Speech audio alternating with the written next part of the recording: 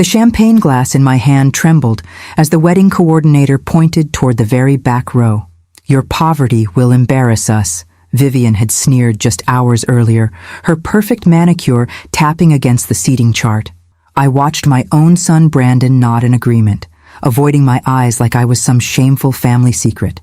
Well, at least they were consistent in their cruelty. If you're watching this, subscribe and let me know where you're watching from.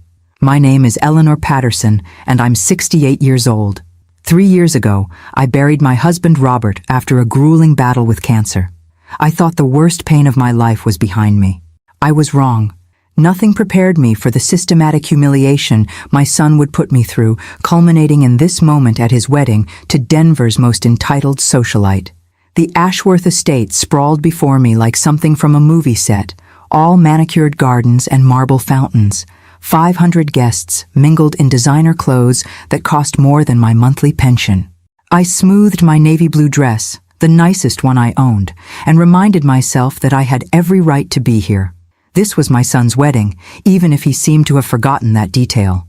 "Eleanor Patterson?" The coordinator's voice dripped with barely concealed disdain. "Row 12, seat 15.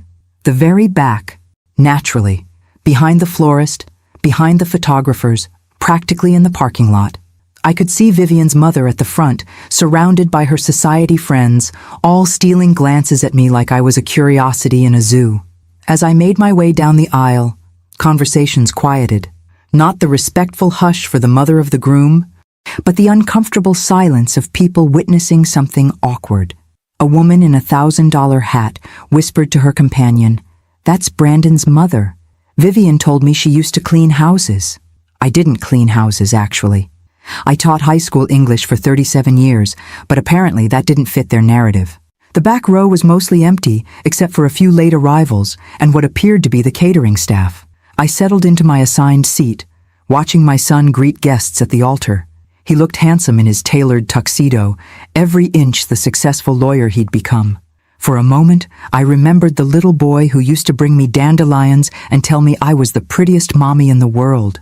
That little boy had died somewhere along the way to becoming this man who was ashamed of where he came from.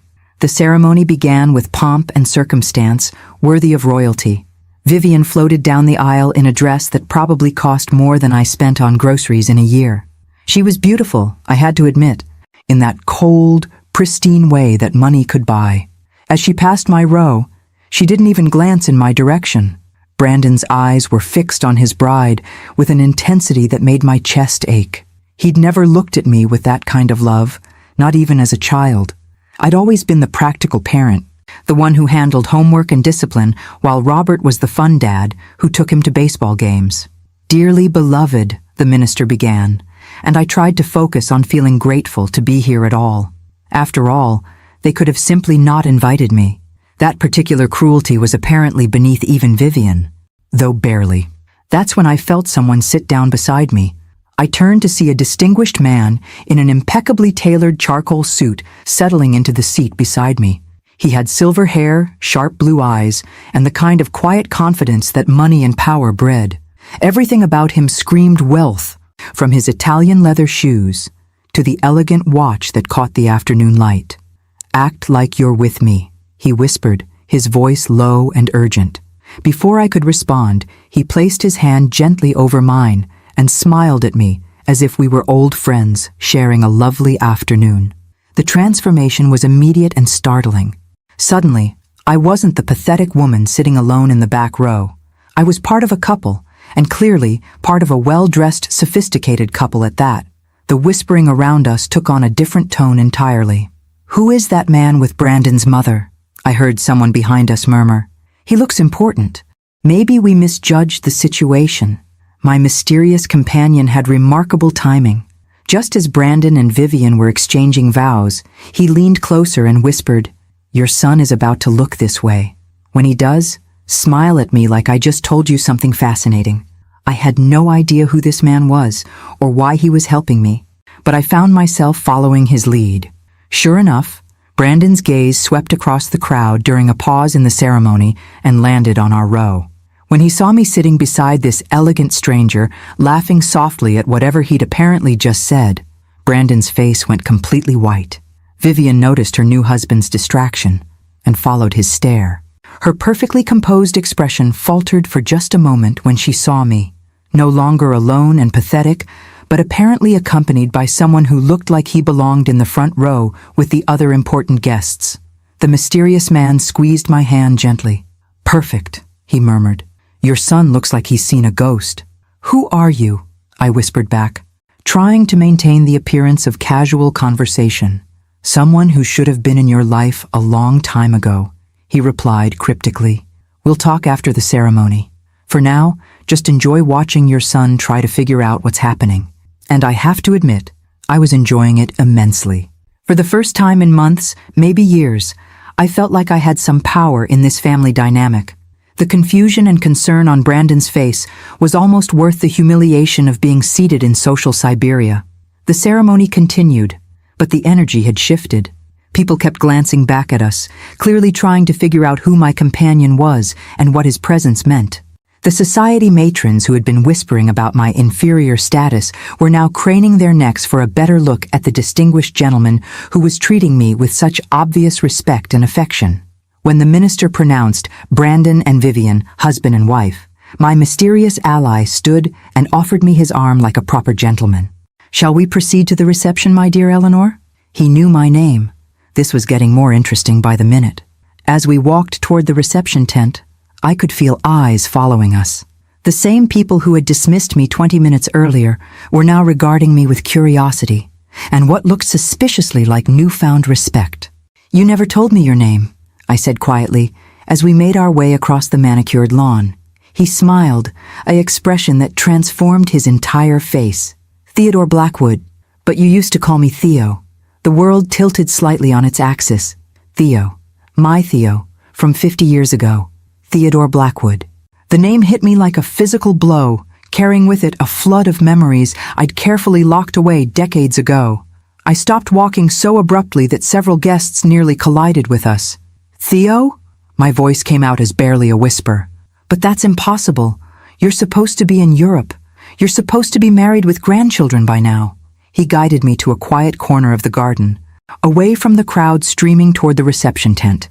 Up close, I could see the boy I'd loved desperately when I was 18 years old. His eyes were the same startling blue, though now framed by lines that spoke of years I hadn't shared with him. His smile was the same too, warm and slightly mischievous. "I never married," he said simply, "and I never stopped looking for you." The words hung between us like a bridge across 50 years of separation.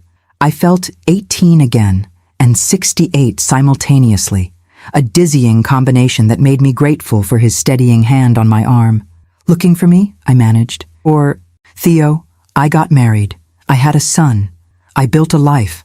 The accusation in my voice surprised even me. "You left for that business program in London and never came back." His expression grew pained. "I wrote you letters, Eleanor, dozens of them. I called your apartment for months. I even came back to Denver twice during those first 2 years. But you'd moved, and no one would tell me where." He paused, studying my face. "You never got any of my letters, did you?" The pieces of a 50-year-old puzzle began falling into place with sickening clarity. My mother, who had never approved of Theo, because his family had money while ours decidedly did not. My mother, who had always believed I was reaching above my station. My mother, who had been suspiciously supportive when I started dating Robert just months after Theo left for Europe. "She threw them away," I said, the certainty of it settling in my stomach like a stone. "My mother intercepted your letters." Theo's jaw tightened. "I suspected as much, but I could never prove it. When I finally hired a private investigator to find you in 1978, you were already married and pregnant. I didn't want to disrupt your life, so I stayed away." 1878. Brandon was born in 1989, which meant I'd already been married to Robert for 2 years by then. The timing was cruel in its precision. If Theo had found me just 2 years earlier, if my mother hadn't interfered, if I'd known he was looking for me. "You hired a private investigator?" The absurdity of it struck me.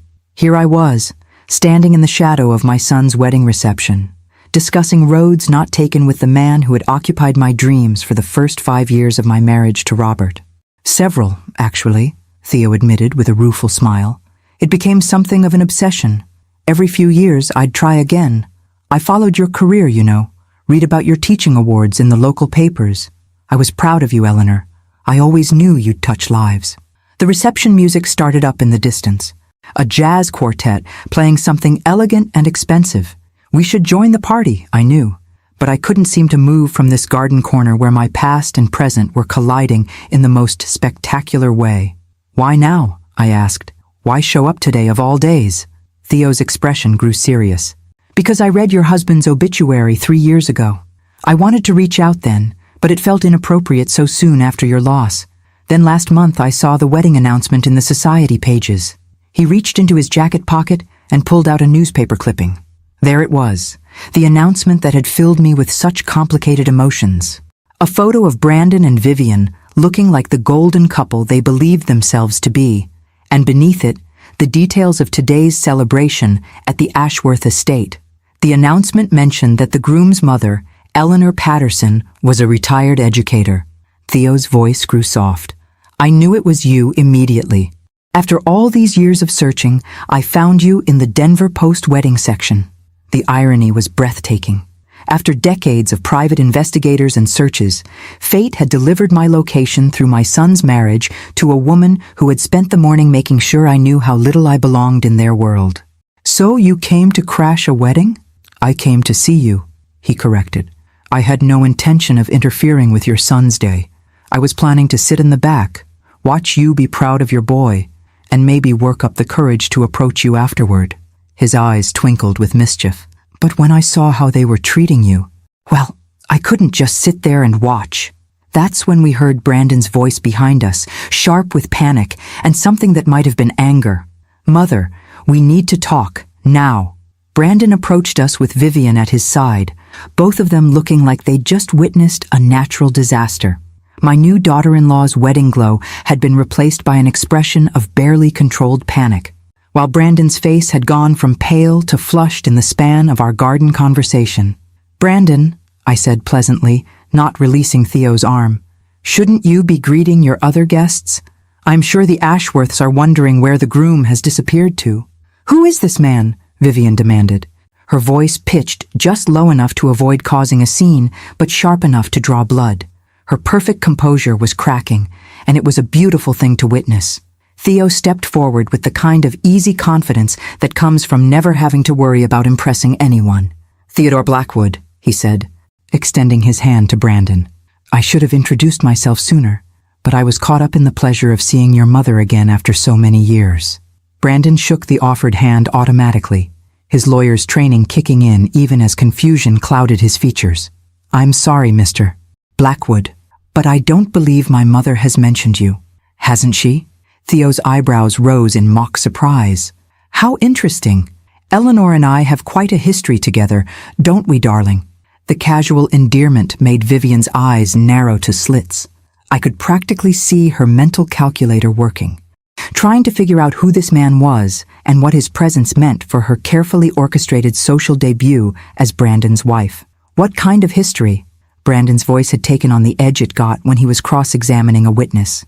20 years of marriage to a trial lawyer had taught me to recognize that tone. Theo's smile never wavered, the kind that matters most. Your mother and I were quite serious once upon a time. Before she met your father, of course. The admission hung in the air like an unexploded bomb. I watched my son process this information, saw the moment when he began to understand that his mother had a life and a past that existed entirely separate from his existence. How serious? Vivian's question came out as more of a hiss. Serious enough that I've spent 50 years regretting the circumstances that separated us, Theo replied, his eyes finding mine. Serious enough that when I saw the wedding announcement and realized Eleanor would be here today, I couldn't stay away. Brandon looked between us with growing alarm. Mother, what is he talking about? You never mentioned anyone named Theodore Blackwood. There are a lot of things I never mentioned, Brandon, I said quietly. Apparently, I wasn't considered important enough to merit in-depth conversation about my past.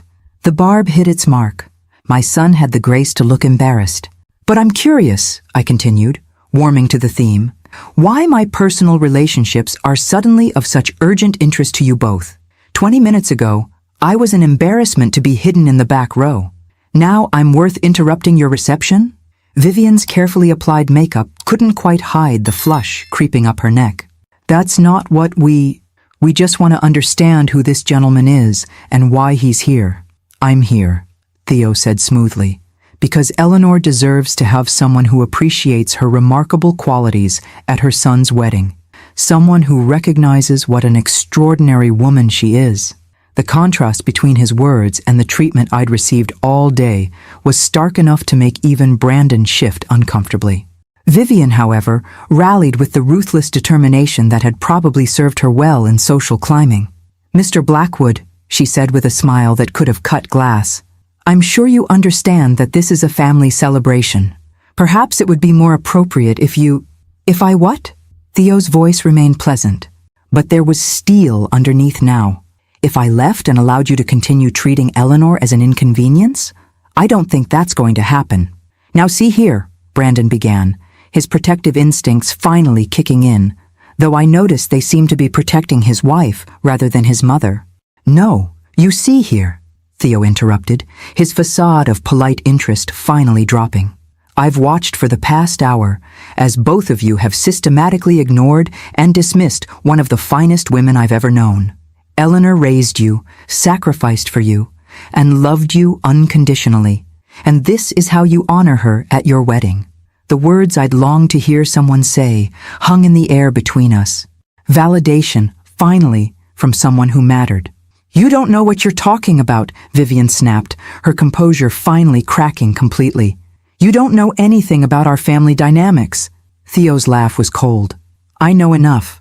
I know that Eleanor was seated in the back row like an afterthought. I know that your society friends have been whispering about her all afternoon while you did nothing to defend her. And I know that neither of you bothered to ask if she needed anything or anyone today." "She had an escort," Brandon protested weakly. "We assumed she was bringing someone." "You assumed wrong," I said quietly. "But then, you haven't asked me much of anything lately, have you, Brandon?" The hurt in my voice must have gotten through to him, because for the first time all day, my son really looked at me.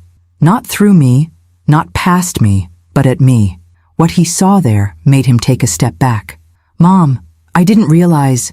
"That's exactly the problem," Theo cut him off. "You didn't realize, but I did, and now I'm here, and I'm not going anywhere." That's when Vivian made her fatal mistake. Well, we'll just see about that. The threat in Vivian's voice was unmistakable, and I watched Theo's expression shift from politely amused to genuinely dangerous. Whatever my daughter-in-law thought she knew about power dynamics, she was about to receive a masterclass from someone who had clearly been playing this game a lot longer than she had. "I'm sorry," Theo said, his voice carrying the kind of quiet authority that made smart people nervous. "Are you threatening me, Mrs. Patterson?" Vivian lifted her chin defiantly. "I'm simply saying that if you think you can waltz into our wedding and disrupt our family, you're mistaken. We have security, and they can escort you out if necessary."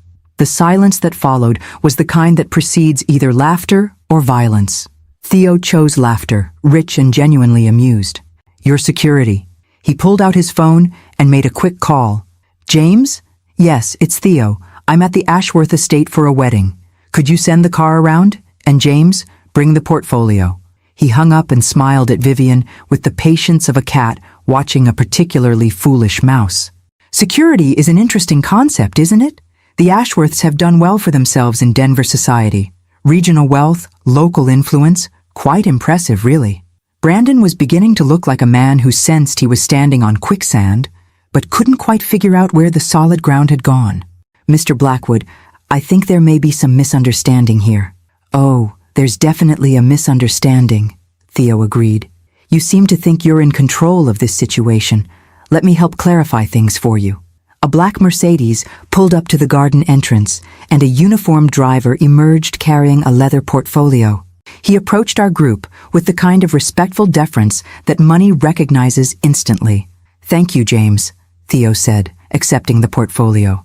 "Mrs. Patterson, Mr. Patterson, would you like to see something interesting?" He opened the portfolio and pulled out what appeared to be architectural drawings. "These are the plans for the new Blackwood Tower downtown. 42 stories, mixed-use development. Construction begins next month. He flipped to another page. And this is the site where it's being built. Vivian leaned forward despite herself, then went very still. That's where Ashworth Properties has their main office building. Had, Theo corrected gently. I purchased the building last month. The current tenants have 90 days to relocate. I'm sure your father will find suitable accommodations elsewhere, though perhaps not quite as prestigious as their current location. The color drained from Vivian's face completely. Her father's real estate company was successful by Denver standards. But they were clearly minnows swimming in a pond with a shark. You can't do that, she whispered. Actually, I can. I did. The sale is already complete. Theo closed the portfolio with a soft snap. But here's the interesting part. I had no idea when I bought that building that there was any connection to this family. Pure coincidence. Brandon found his voice. What do you want? Want? Theo seemed genuinely puzzled by the question. I don't want anything from you, Brandon. You've already given me the greatest gift imaginable by treating your mother so poorly that she needed someone to sit with her today. He turned to me, and the hardness in his expression melted into something warm and real. Eleanor, would you like to leave this reception? We have 50 years to catch up on, and I find I'm no longer interested in pretending to enjoy myself here. The offer hung between us like a lifeline. I could walk away from this humiliation, from the whispered comments and social calculations. I could leave with a man who saw value in me, who had spent 5 decades trying to find me. But first, I had something to say. Brandon, I said, my voice steady despite the emotions churning inside me. I want you to understand something. This morning, when your bride told me that my poverty would embarrass your family, I accepted it. When you seated me in the back row like some distant acquaintance, I accepted that too. I told myself that at least I was here, at least I was included. My son's face was a mask of misery, but I wasn't finished. But watching you panic because someone important is paying attention to me, seeing you scramble to figure out who Theo is and what he might want, that tells me everything I need to know about how you see me. I'm not your mother at these moments, Brandon. I'm a liability to be managed. Mom, that's not... It is exactly that, I interrupted. And the sad part is you're right. I am poor compared to Vivian's family. I did teach high school instead of building an empire. I don't wear designer clothes or belong to country clubs. By your wife's standards, I am an embarrassment. Vivian opened her mouth to protest, but I held up my hand. The difference is, I'm not ashamed of who I am anymore. I'm proud of the life I built, the students I taught, the marriage I had with your father. I'm proud of raising you to be successful, even if I'm disappointed in the man you've become. I took Theo's offered arm and felt years of accumulated hurt and resentment fall away like a discarded coat. Theodore, I said formally, I would very much like to leave this reception. I think we have some catching up to do. As we walked away from the garden, I heard Vivian's voice rise in panic behind us. Brandon, do you have any idea who Theodore Blackwood is? Do you know what this means? But I didn't look back. For the first time in 3 years, I was walking toward something instead of away from it. The restaurant Theo chose was the kind of place I'd only read about in magazines. Floor-to-ceiling windows overlooked the Denver skyline. Soft jazz played in the background, and the waitstaff moved with the quiet efficiency of people who understood that discretion was more valuable than visibility. I probably should have asked, Theo said, as we were seated at a corner table with a view of the mountains. Are you hungry? I realize we both missed the wedding dinner. I laughed, surprising myself with how genuine it sounded. I don't think I could have eaten another bite of pretentious canapes anyway. Though I have to admit, I'm curious what a $500 a plate dinner tastes like. Disappointing, he said dryly. Very expensive disappointment. The waiter appeared, as if summoned by telepathy. Mr. Blackwood, your usual table. Shall I bring the wine list? Please. And could we have some of those stuffed mushrooms Eleanor likes? He caught my expression and smiled. I remember. You ordered them at Romano's that night when we celebrated your acceptance to the teacher training program. The memory hit me like a physical blow. Romano's, the little Italian place that had been our special restaurant. I'd been 20 years old, he'd been 22, and we'd been so desperately in love that we could barely sit across from each other without reaching for hands. You remember what I ordered 50 years ago? I remember everything about you, he said simply. The way you laughed at your own jokes. How you got that little wrinkle between your eyebrows when you were concentrating. The fact that you always stole the olives from my salad because you were too polite to order extra for yourself. Tears pricked at my eyes. When had anyone last paid attention to me that way? Robert had loved me. I knew that. But his love had been comfortable, practical. He'd loved me the way you love a well-functioning appliance, with gratitude, but without wonder. Tell me about your life, Theo said after the wine arrived. Not the headlines I could find in newspaper archives. Tell me about the parts that mattered to you. So I did. I told him about my teaching career, about the students who'd kept me sane during the difficult years with Robert's illness. I told him about Brandon's childhood, about the pride I'd felt watching him graduate law school and pass the bar exam. I told him about the quiet satisfaction of a marriage that wasn't passionate but was steady and kind. And then I told him about the loneliness that had crept in after Robert's death, about feeling invisible in my own son's life, about the gradual realization that I'd become more of an obligation than a person to the people who were supposed to love me most. Today wasn't an aberration, I admitted. It was just the most public example of how things have been for months now. Brandon calls dutifully every 2 weeks, visits on holidays, and treats me like a chore to be checked off his list. I thought marriage might change that, make him more family-oriented. Instead, it's made him even more distant. Theo's jaw tightened as I talked, and by the time I finished, his expression was thunderous. That boy doesn't deserve you. He's not a boy anymore. He's a 35-year-old man who made his choices. I sipped my wine, grateful for its warmth. What about you? You said you never married. No children? No children, he confirmed. A few relationships over the years, but nothing that stuck. I kept measuring everyone against you, which wasn't fair to them or to me. The admission hung between us, loaded with implications I wasn't sure I was ready to examine. Theo, what are we doing here? This isn't just a friendly catch-up dinner between old flames, is it? He set down his wine glass and looked at me with an intensity that made my breath catch. Eleanor, I'm 70 years old. I've built a business empire, traveled the world, and accomplished everything I set out to do. But there's never been a day in the past 50 years when I didn't wonder what my life would have been like if your mother hadn't interfered. We can't go backward, I said quietly. We're not the same people we were at 20. No, we're not, he agreed. We're better. We know what we want now, what matters and what doesn't. We've lived enough life to recognize real value when we see it. The waiter appeared with our appetizers, giving me time to process what Theo was really saying. When we were alone again, he reached across the table and took my hand. I'm not suggesting we pretend the last 50 years didn't happen. I'm suggesting we decide what we want the next 20 years to look like. My phone buzzed against my purse, then again, and again. You should probably check that, Theo said, with knowing amusement. I suspect your son has done some research since we left the reception. I pulled out my phone to find 17 missed calls from Brandon and a stream of increasingly frantic text messages. Mom, call me immediately. Do you have any idea who Theodore Blackwood is? He's worth over $500 million.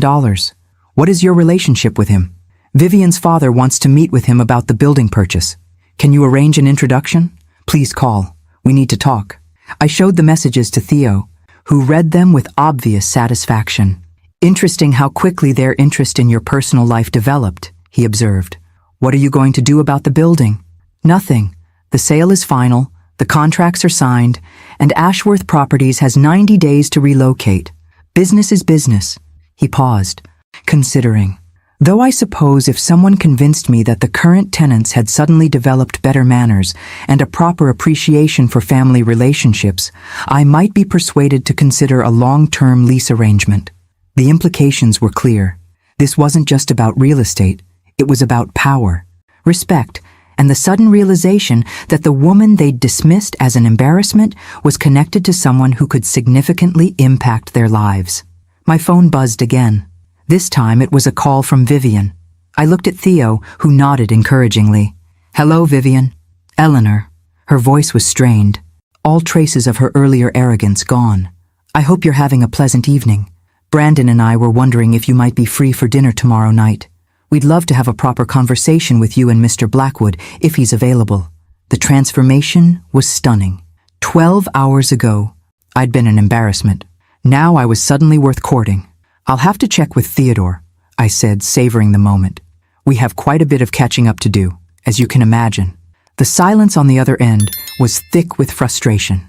Finally, Vivian managed, "Of course, please let us know what works for your schedule." I hung up and looked at Theo, who was grinning like a wolf. "Well," I said, raising my wine glass, "this day certainly didn't go as expected." "The best days never do," he replied, clinking his glass against mine. "Now, shall we discuss what happens next?" The dinner invitation came with an address I recognized as one of Denver's most exclusive restaurants. Apparently, when you suddenly need to impress someone with a net worth north of $500 million, you don't suggest meeting at Applebee's. Theo picked me up in the Mercedes, looking devastatingly handsome in a navy suit that probably cost more than I'd spent on clothing in the past 5 years combined.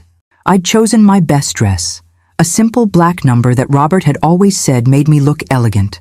Tonight, with Theo's appreciative glance, I actually felt elegant for the first time in years. "Nervous?" he asked as we pulled up to the restaurant. "Should I be?" I countered. "After all, I'm just having dinner with my son and the daughter-in-law who thinks I'm an embarrassment to humanity. What could go wrong?" Theo's laugh was rich and warm. There's the Eleanor I remember, sharp as a tack and twice as dangerous when properly motivated. Brandon and Vivian were already seated when we arrived, both looking like they were attending a business negotiation rather than a family dinner, which I supposed they were. Vivian had clearly spent considerable time on her appearance tonight. Her makeup was flawless, her hair perfectly styled, and her dress screamed expensive designer. She looked like she was trying to audition for the role of worthy dinner companion. "Mom," Brandon stood as we approached, his smile strained but present. "Mr. Blackwood, thank you for joining us." "Theodore," Theo corrected easily, extending his hand. "We're practically family after all." I caught the sharp look Vivian shot her husband at that comment. Practically family. I wondered how they were interpreting that particular phrase. We were seated at a prime table with a view of the city lights, and I noticed how the staff treated Theo with the kind of deference reserved for very important people. Menus appeared without being requested. Wine was suggested and brought with remarkable speed, and the maitre d' personally ensured our table was perfect. "This is lovely," Vivian said, her society smile in full force. "Eleanor, you look wonderful. That dress is very flattering." I almost choked on my water. Yesterday I'd been too poor and shabby to sit with the family. Tonight, I looked wonderful. The hypocrisy was breathtaking, even by Vivian's standards. "Thank you, dear," I replied sweetly. "It's amazing what good company can do for one's appearance." Theo's hand found mine under the table, a gentle squeeze of approval that sent warmth through my entire body. "So, Mr. Black, Theodore," Brandon corrected himself quickly. "Mom mentioned you two have a history together. She's been quite mysterious about the details." "Not mysterious," I said, enjoying myself immensely. "Selective. After all, children don't really want to hear about their parents' romantic past, do they?" The word romantic hit the table like a small explosion. Vivian's fork paused halfway to her mouth, and Brandon looked like he'd swallowed something unpleasant. "Romantic?" Brandon repeated faintly. "Oh yes," Theo said, his voice warm with memory. "Your mother and I were quite serious once upon a time. We had plans, dreams, a whole future mapped out together." "What happened?" Vivian asked, her journalist instincts overriding her social grace. Theo's expression grew darker. "Eleanor's mother happened. She decided I wasn't suitable for her daughter, despite the fact that Eleanor and I were desperately in love. When I left for London on a business program, she intercepted every letter I sent, every attempt I made to contact Eleanor." "She what?" Brandon's voice was sharp with shock. "Grandmother intercepted your letters?" I could see Brandon's legal mind working, cataloging the implications of this revelation. "Every single one," I confirmed. "For 2 years, Theo tried to reach me. For 2 years, I thought he'd simply moved on and forgotten about me. By the time he hired investigators to find me, I was already married to your father." The silence that followed was heavy with unspoken questions. I could practically see the gears turning in both their heads, recalculating timelines, reconsidering assumptions about their family history. "I loved your father," I said firmly, addressing the question I knew Brandon was afraid to ask.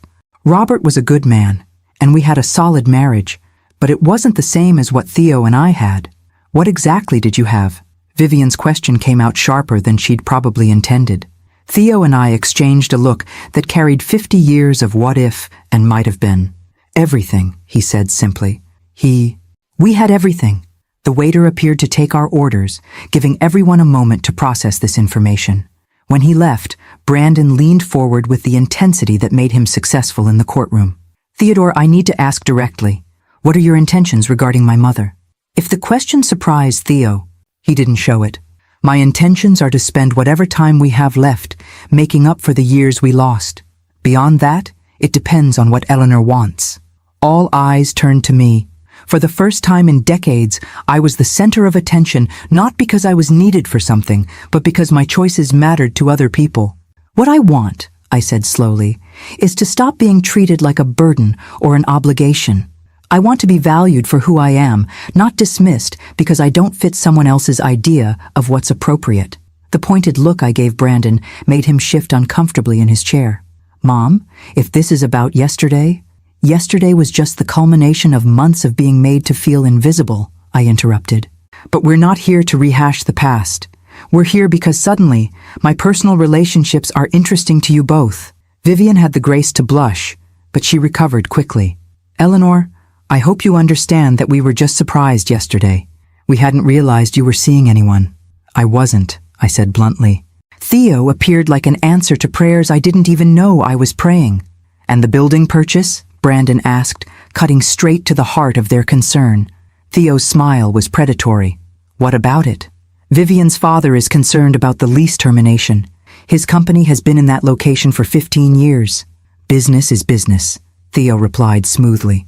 Though I suppose I could be convinced to consider alternative arrangements if the circumstances were right. The negotiations were beginning in earnest now, I realized. My relationship with Theo had become a commodity to be traded, a potential solution to their financial concerns. It should have made me angry. Instead, I found it fascinating. What kind of circumstances? Vivian asked eagerly. The kind that involve treating Eleanor with the respect she deserves, Theo said flatly. Starting with an apology for yesterday's humiliation. The demand hung in the air like a gauntlet thrown down. Brandon and Vivian exchanged glances, clearly weighing their options. Finally, Brandon spoke. Mom, I want you to know that I'm sorry. About the seating arrangement, about not defending you when people were talking. You're right. I treated you like an obligation instead of my mother, and that was wrong. The apology sounded genuine, which made it somehow worse. If he could see how badly he'd treated me now, why hadn't he seen it before Theo's money made my feelings matter? And you, Vivian? I asked quietly. My daughter-in-law's struggle was visible. Pride warred with pragmatism, and pragmatism won. I apologize for my comment about your poverty, she said stiffly. It was inappropriate and hurtful. Yes, it was, I agreed. The question is, are you sorry you said it, or sorry there were consequences? She didn't answer, which was answer enough. The rest of the dinner passed in carefully polite conversation, but the real negotiation continued beneath the surface. By the time dessert arrived, the terms were clear. Treat Eleanor with respect, and Theodore might consider reasonable lease arrangements for Ashworth properties. As we prepared to leave, Vivian caught my arm. Eleanor, I hope we can start fresh. Perhaps you'd like to join us for Sunday dinner this week. 6 months ago, an invitation to Sunday dinner would have thrilled me. Tonight, it felt like another chess move in a game I was finally learning to play. I'll check my calendar, I said pleasantly. Theo and I have quite a few plans to make. The look of panic that flashed across her face was worth every moment of yesterday's humiliation. Sunday afternoon found me in Theo's penthouse apartment, which occupied the top 2 floors of one of downtown Denver's most exclusive buildings.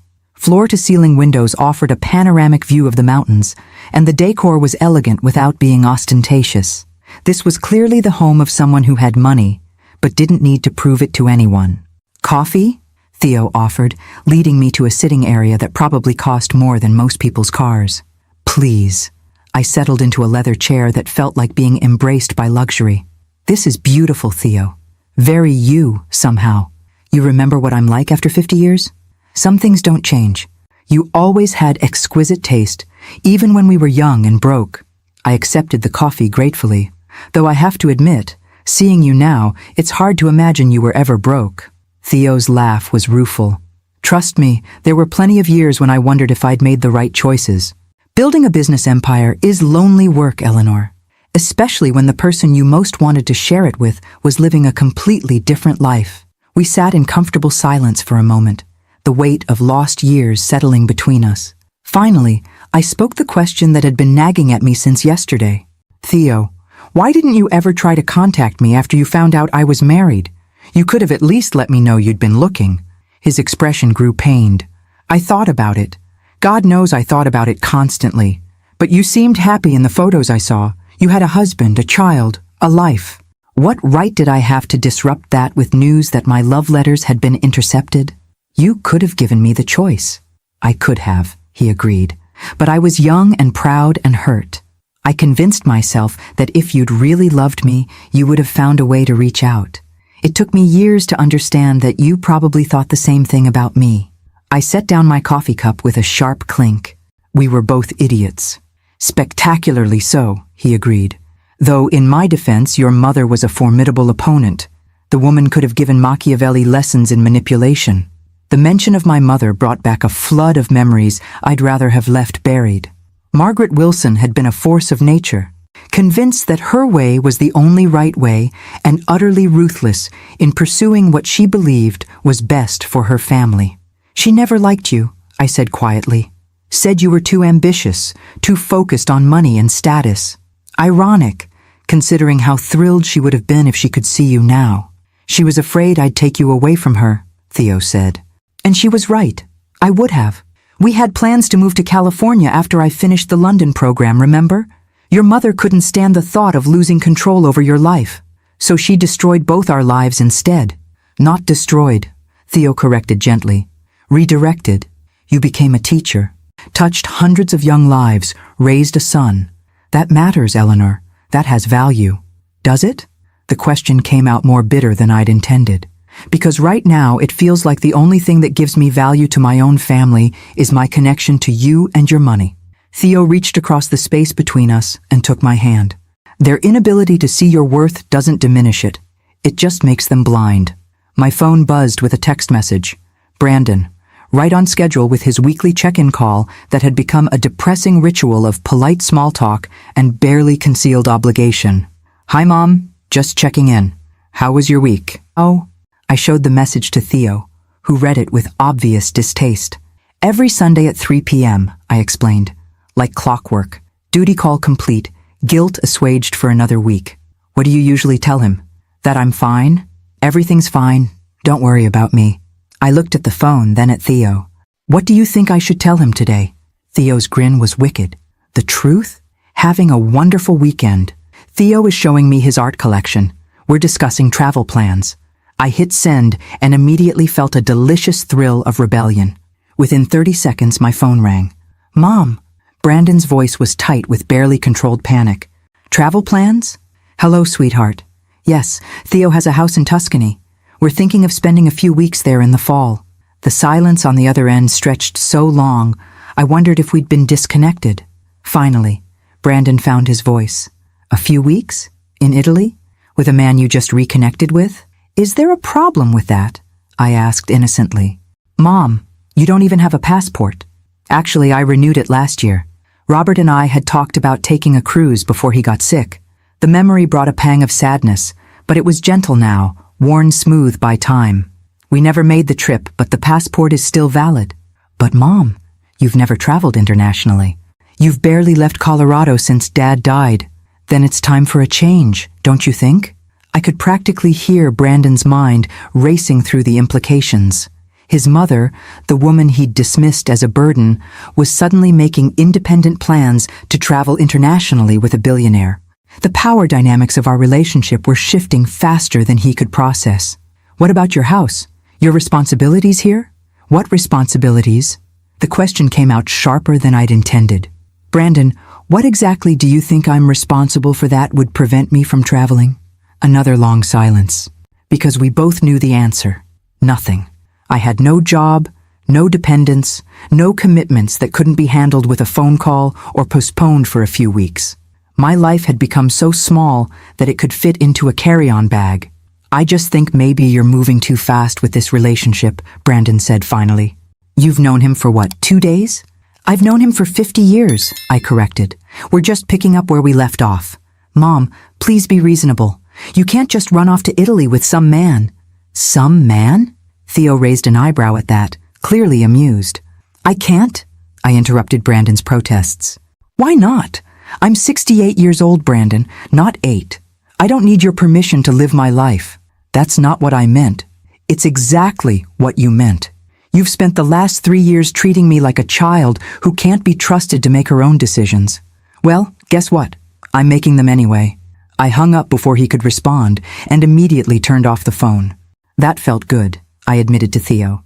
I imagine it did, though I should probably mention that I don't actually have a house in Tuscany. I stared at him for a moment, then burst into laughter. You don't? Not yet, he said with a grin.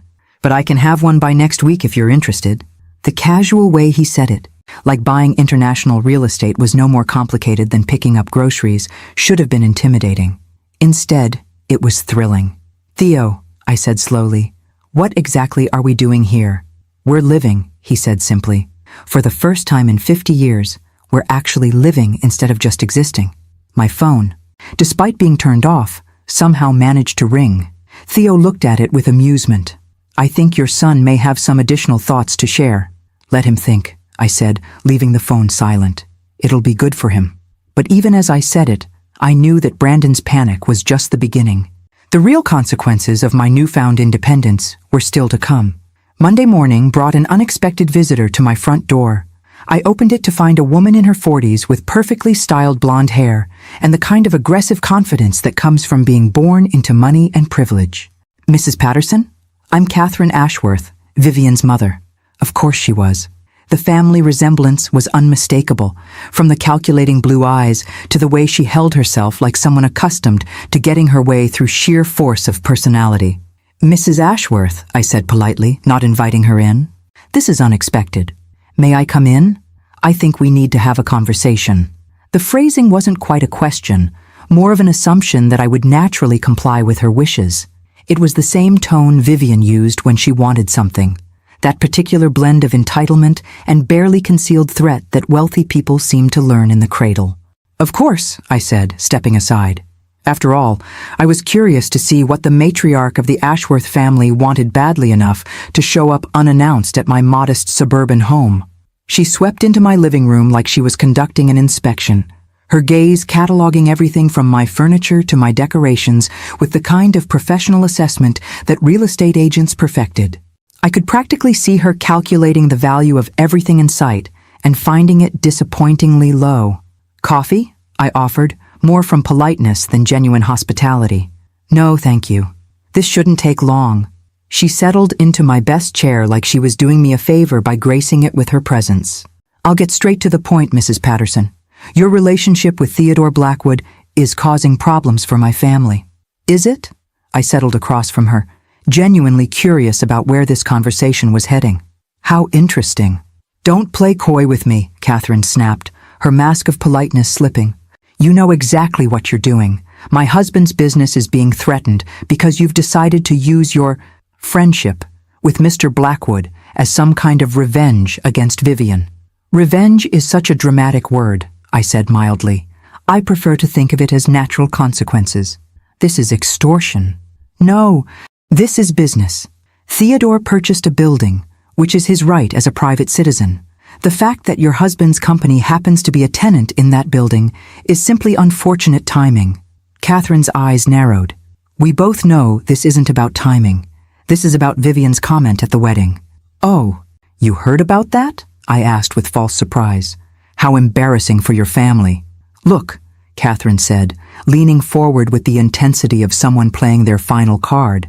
I don't know what your game is here, but I'm prepared to make this worth your while. Now this was interesting. Worth my while how? She reached into her designer handbag and pulled out what appeared to be a check. $50,000. All you have to do is convince your boyfriend to honor the existing lease with Ashworth Properties. I stared at the check, genuinely shocked. Not by the amount, but by the sheer audacity of the gesture. Mrs. Ashworth, are you attempting to bribe me? I'm offering you a mutually beneficial arrangement, she corrected smoothly.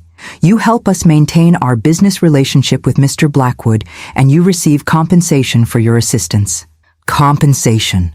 I rolled the word around in my mouth like a foreign object. How much did Vivian tell you about that conversation at the wedding?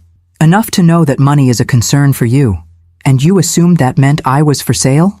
Catherine's smile was razor sharp. Mrs. Patterson, everyone is for sale. It's just a matter of finding the right price. I stood up and walked to the window. Looking out at the garden Robert and I had planted together 15 years ago. The roses were blooming beautifully this year, their crimson petals bright against the morning sun. It was a simple garden in a simple neighborhood, nothing like the elaborate landscapes I'd seen at the Ashworth estate. But it was mine, earned through 40 years of teaching and loving and building a life with a good man. You know what's funny, Mrs. Ashworth? I said, without turning around. Yesterday, I might have been tempted by your offer, not because I need the money, but because I'm so accustomed to being dismissed and undervalued that $50,000 would have felt like validation. And today? Catherine's voice had lost some of its confidence. I turned back to face her, and whatever she saw in my expression made her shift uncomfortably in her chair. Today, I know what I'm actually worth, and it's considerably more than $50,000. I walked over to where she sat and picked up the check, looking at it with the kind of detached interest I might show a museum artifact. This is insulting, Mrs. Ashworth. Not just the amount, though that's laughably inadequate. The insult is in the assumption that my relationship with Theodore is some kind of performance that can be purchased and managed. I tore the check in half, then in half again, letting the pieces flutter to the coffee table between us. My relationship with Theodore is none of your business. The lease situation is none of my business. If your husband wants to negotiate with Theodore, he's perfectly capable of picking up the phone and calling him directly. Catherine's composure cracked completely. You're making a mistake, Mrs. Patterson. The Ashworth family has considerable influence in this city. We can make things very difficult for people who cross us. Are you threatening me? I asked with genuine curiosity. I'm explaining reality. I laughed, surprising both of us with how genuine it sounded. Mrs. Ashworth, 3 days ago your threats might have scared me. Today, they're just amusing. You see, I've spent the last 50 years being afraid of disappointing people, afraid of not being good enough, afraid of taking up too much space in the world. I moved closer to where she sat, and she actually leaned back in the chair. But yesterday, I sat in a restaurant with a man who values me for exactly who I am. A man who has spent 50 years trying to find me because he believed I was worth finding. Do you really think your social influence frightens me now? Catherine stood up abruptly, her face flushed with anger and embarrassment. This isn't over. Yes, it is, I said calmly. It's completely over. You came here to buy my compliance, and instead you've shown me exactly what kind of people you really are. Thank you for that clarity. She stormed toward the door, then stopped and turned back with one final attempt at intimidation. Your son is married to my daughter, Mrs. Patterson. That makes us family. You might want to consider what's best for Brandon's future. I've spent 35 years considering what's best for Brandon's future, I replied. It's time he started considering what's best for mine. After she left, I sat in my quiet living room and realized that something fundamental had shifted. For the first time in decades, I wasn't afraid of the consequences of standing up for myself. My phone rang. Theodore's name appeared on the caller ID, and I answered with a smile in my voice. Good morning, handsome. Good morning, beautiful. How's your day starting? Interestingly, I said, looking at the torn check pieces on my coffee table. I just had the most enlightening conversation with Catherine Ashworth. Did you? How delightful. I hope you were appropriately impressed by her charm and subtlety. Deeply impressed. She offered me $50,000 to convince you to honor the lease with her husband's company. The silence on the other end of the line stretched long enough that I wondered if we'd been disconnected. $50,000, Theodore finally said, his voice carefully controlled. I told her it was insulting. Because the amount was too low? Because the assumption was offensive. I paused, enjoying the moment. Though you're right, the amount was also ridiculously inadequate.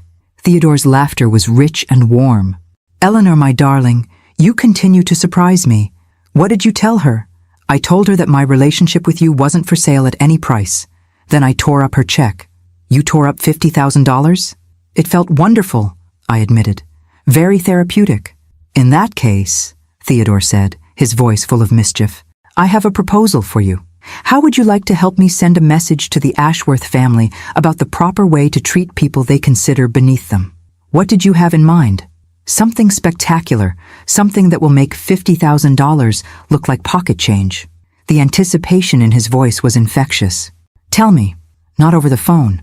Can you meet me for lunch? I have something to show you. An hour later, I found myself in the back seat of Theodore's Mercedes, heading toward the downtown financial district. We pulled up in front of a sleek glass building that I recognized as one of Denver's most prestigious commercial addresses. Where are we going? I asked as Theodore helped me out of the car. To meet with my attorney, he said, his smile mysterious. We have some papers to sign. What kind of papers? The kind that are going to make the Ashworth family very, very sorry they ever heard the name Eleanor Patterson. As we walked into the building's marble lobby, I felt a thrill of anticipation mixed with something I hadn't experienced in years, the intoxicating sense of having real power. Whatever Theodore had planned, I was ready for it. Theodore's attorney turned out to be a sharp-eyed woman in her 50s who clearly knew her way around high-stakes financial maneuvering. Margaret Chen had the kind of precise, no-nonsense demeanor that came from years of protecting very wealthy people from very expensive mistakes. Eleanor, Theodore said as we were seated in her corner office with its commanding view of the city, I'd like you to meet Margaret Chen, the finest attorney in Colorado and the architect of some of my more creative business ventures. Mrs. Patterson, Margaret said, extending her hand with a professional smile. Theodore has told me quite a lot about you. I understand you've had some interesting encounters with the Ashworth family. That's one way to put it, I replied, settling into the leather chair across from her impressive desk. Margaret opened a thick file folder and pulled out several documents. Theodore asked me to research the Ashworth family's business interests and financial situation. What I found is quite fascinating. She spread the papers across her desk like a dealer laying out cards. Ashworth Properties appears successful on the surface, but they're significantly over-leveraged. The building that Theodore purchased isn't just their main office location. The lease payments represent nearly 30% of their operating capital. Meaning? I asked, though I was beginning to understand. Meaning they can't afford to relocate, Theodore said with satisfaction. Not without taking a massive financial hit that would likely force them to lay off half their workforce. Margaret nodded. The moving costs alone would run close to $2 million, and comparable space in this market would cost significantly more than their current lease rate. So, when Catherine Ashworth offered me $50,000 to convince Theodore to honor their lease, I said slowly, she was actually trying to save her family from potential bankruptcy. Exactly. Theodore's smile was predatory, though I suspect she didn't share that particular detail with you. I thought about Catherine's arrogant assumption that I could be bought, her threats about the family's social influence, her casual dismissal of my worth as a human being. The irony was delicious. What are our options? I asked, surprised by how naturally the word "our" had slipped out. Margaret pulled out another set of documents. Well, we could simply proceed with the lease termination. Ashworth Properties would be forced to relocate, probably at significant financial cost to the family. Or, Theodore prompted, or we could offer them alternative lease terms, higher rate, shorter duration, with specific clauses that would give us considerable control over their business operations. I raised an eyebrow. What kind of control? The kind that would require them to meet certain standards of conduct in their business dealings, Theodore said meaningfully. Standards that would be outlined in very specific detail. The implications were staggering. Theodore wasn't just talking about a business arrangement. He was talking about holding the Ashworth family accountable for their behavior in a legally binding way. Is that even possible? I asked. Margaret's smile was razor-sharp. Mrs. Patterson, you'd be amazed what people will agree to when their financial survival is at stake. Lease agreements can include all sorts of interesting clauses about tenant behavior, community involvement, charitable giving, public conduct. You want to write their humiliation into a legal contract. I want to ensure they understand that actions have consequences, Theodore corrected, and that treating people with disrespect carries a very real cost. We spent the next hour going through the proposed lease terms. By the time Margaret finished explaining all the clauses, I was simultaneously impressed and slightly horrified by the level of control they would give Theodore over the Ashworth family's business and personal conduct. "There's one more thing," Theodore said as Margaret gathered the papers. "Eleanor, I want you to be a signatory on this lease agreement." "Me? But I'm not involved in the business side of this." "You're the injured party," he said firmly. "This whole situation exists because of how they treated you. I think it's appropriate that you have direct input into the terms of their rehabilitation." The word rehabilitation made me laugh despite myself. "You make it sound like they're criminals, aren't they?" Theodore's voice was serious now. "They committed a crime against human decency, Eleanor. They took a woman who deserved love and respect and made her feel worthless. In my book, that's worthy of punishment." Margaret cleared her throat diplomatically. "I should mention that the Ashworth family will need to agree to these terms within 72 hours. After that, the standard lease termination proceeds automatically." "Have they been notified?" I asked. "The formal offer will be delivered this afternoon," Margaret confirmed, along with a detailed explanation of their alternatives. As we prepared to leave, Theodore took my hand. "Eleanor, are you comfortable with this? I need to know that you're fully on board before we proceed." I thought about Catherine Ashworth's attempt to buy my compliance. I thought about Vivian's casual cruelty at the wedding, her assumption that my poverty made me unworthy of basic respect. I thought about years of being dismissed and undervalued, of being treated like an obligation rather than a person. "I'm more than comfortable," I said firmly. "I'm excited." That evening, my phone started ringing at precisely 6 p.m. Brandon, right on schedule, though his usual weekly check-in had been moved up by 24 hours. "Mom, what the hell is going on?" "Good evening to you too, sweetheart," I said pleasantly. "I'm fine, thank you for asking." "Don't play games with me." Vivian's mother just called her in tears. Something about lease agreements and impossible demands and financial ruin. "What did you do?" "I didn't do anything," I said truthfully. "Theodore made a business decision based on standard market practices. Standard market practices don't include forcing tenants to make public apologies as part of their lease agreements." "Ah, so they'd had time to read the fine print. Is that what the contract says? How interesting." "Mom, you can't be serious about this. You're talking about destroying an entire family's livelihood over a wedding seating arrangement." "Am I? I thought I was simply ensuring that certain standards of human decency were maintained in business relationships." "This is extortion." "No? Brandon, this is consequences. There's a difference, though I understand why you might not recognize it." The silence on the other end of the line was thick with frustration. Finally, Brandon spoke again, his voice carefully controlled. "What do you want, Mom? What will it take to make this go away?" The question hung between us like a challenge. What did I want? For 50 years, I'd wanted to be valued, respected, treated like a person whose feelings mattered. For 3 years since Robert's death, I'd wanted my son to see me as more than an obligation to be managed. "I want," I said slowly, "for your wife to understand that treating people like dirt has consequences. I want her family to learn that money and social position don't give them the right to humiliate others. And I want you to decide whether you're on their side or mine." "Mom, that's not fair." "Fair?" The word came out harsher than I'd intended. "Brandon, when has anything about the last 3 years been fair to me? When was it fair that you seated me in the back